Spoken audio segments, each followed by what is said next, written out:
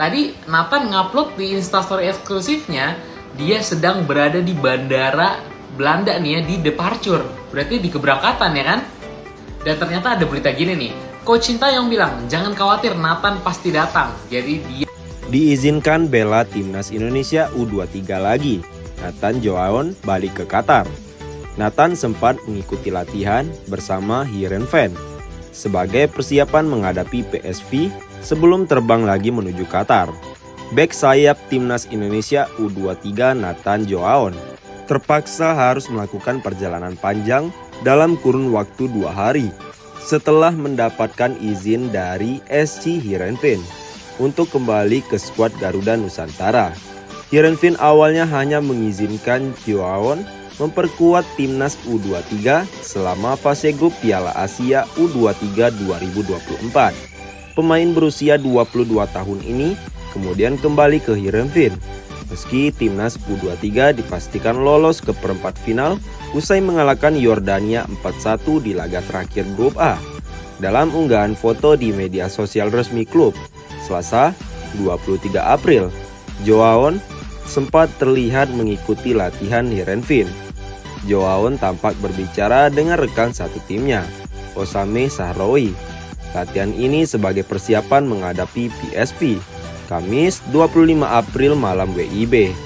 Ketua Umum PSSI Erick Thohir mengutarakan pihaknya mendapat kepastian Joaon bisa kembali memperkuat timnas U23 di perempat final setelah melakukan pendekatan kepada klub. Kabar baik datang dari Belanda, yang mana Heerenveen akhirnya mengizinkan Nathan memperkuat timnas hingga sisa Piala Asia U23. Ujar Erick dilansir laman resmi PSSI. Lobby tidak hanya dilakukan PSSI, tetapi juga warganet Indonesia yang menyerbu akun media sosial klub.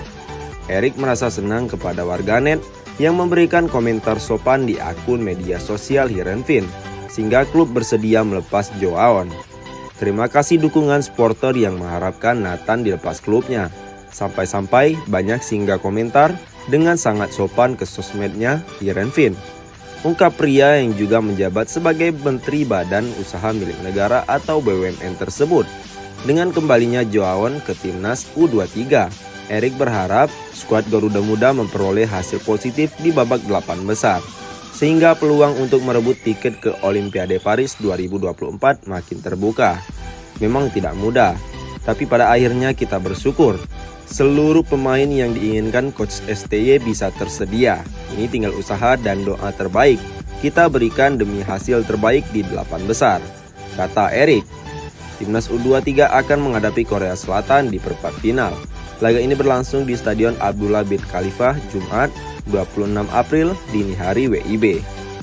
Media Vietnam sindir timnas Indonesia U23 yang lolos perempat final Piala Asia U23 2024. Lawan-lawan mereka tak terlalu kuat. Media Vietnam Twitter menyindir timnas Indonesia U23 yang lolos perempat final Piala Asia U23 2024. Twitter mengatakan timnas Indonesia U23 lolos karena skuad Garuda Muda dihadapkan dengan lawan yang tak terlalu kuat. Dalam pandangan mereka, timnas Australia U23 dan timnas Yordania U23, dua tim yang dikalahkan timnas Indonesia U23 di fase grup Piala Asia U23 2024 bukanlah negara yang kuat. Pecinta sepak bola banyak yang memandang timnas Australia U23 dan timnas Yordania U23 sebagai tim tangguh. Padahal faktanya tidak demikian. Harus diakui, dua tim lawan timnas Indonesia U23, Australia dan Yordania tidak sekuat yang dipikirkan oleh pecinta sepak bola, tulis Twitter. Dalam artikel yang mereka buat, teknik dasar para pemain Australia U23 tak sebagus timnas Indonesia U23. Australia U23 terlalu fokus menyerang melalui umpan silang, tapi kualitasnya sangat buruk, lanjut Twitter. Sementara Yordania U23, mereka memang menunjukkan kualitas teknik yang lebih baik. Namun, mental pemain mereka belum kuat ketika dituntut untuk menang. Mental pemain Yordania U23 langsung drop ketika kebobolan penalti, tegas media Vietnam yang satu ini. Terlepas dari kritikan di atas, Timnas Indonesia U23 telah menunjukkan kualitasnya. Skuad asuhan Sintayong sudah ditunggu lawan kuat di perempat final Piala Asia U23 2024. Tak tanggung-tanggung, Timnas Indonesia U23 ditantang peraih medali Asian Games 2022, Timnas Korea Selatan U23.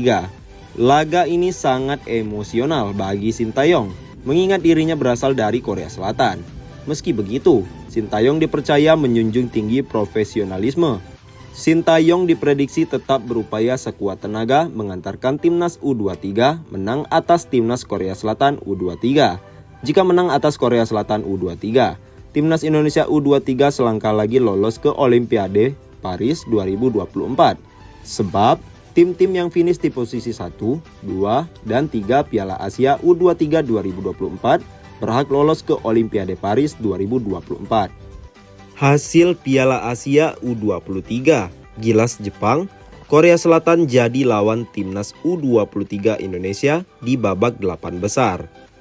Korea Selatan dipastikan menjadi lawan Timnas U23 Indonesia di babak 8 besar Piala Asia U23 2024. Setelah finish sebagai juara grup B, kepastian tersebut didapat setelah Korea Selatan mampu mengalahkan Jepang di laga pamungkas grup B, Senin 22 April 2024, malam WIB. Adapun hasil duel Jepang versus Korea Selatan yang digelar di Stadion Jasim bin Hamad berakhir dengan skor 0-1. Gol tunggal Korea Selatan dicetak oleh tandukan Min Woo Kim pada menit ke-75. Atas kemenangan ini, membuat Korea Selatan finish sebagai juara grup B Piala Asia U23 2024 dengan koleksi 9 poin. Sedangkan Jepang menguntit di bawahnya dengan perolehan 6 poin. Berhasil finish sebagai juara grup B, Korea Selatan dipastikan akan melawan tim runner-up grup A, yakni Timnas U23 Indonesia. Sebelumnya, tim asuhan Sintayong itu finish di posisi runner-up klasemen grup A dengan koleksi 6 poin dari 3 pertandingan. Perolehan poin tersebut didapat atas kemenangan 1-0 kontra Australia dan 4-1 melawan Yordania. Duel 8 besar Piala Asia U23 2024 antara Timnas U23 Indonesia versus Korea Selatan dipastikan akan menarik, sebab Sintayong akan menghadapi negaranya sendiri, yakni Korea Selatan. Apalagi Sintayong dalam karir kepelatihannya pernah menukangi Korea Selatan mulai dari U20, U23 hingga senior.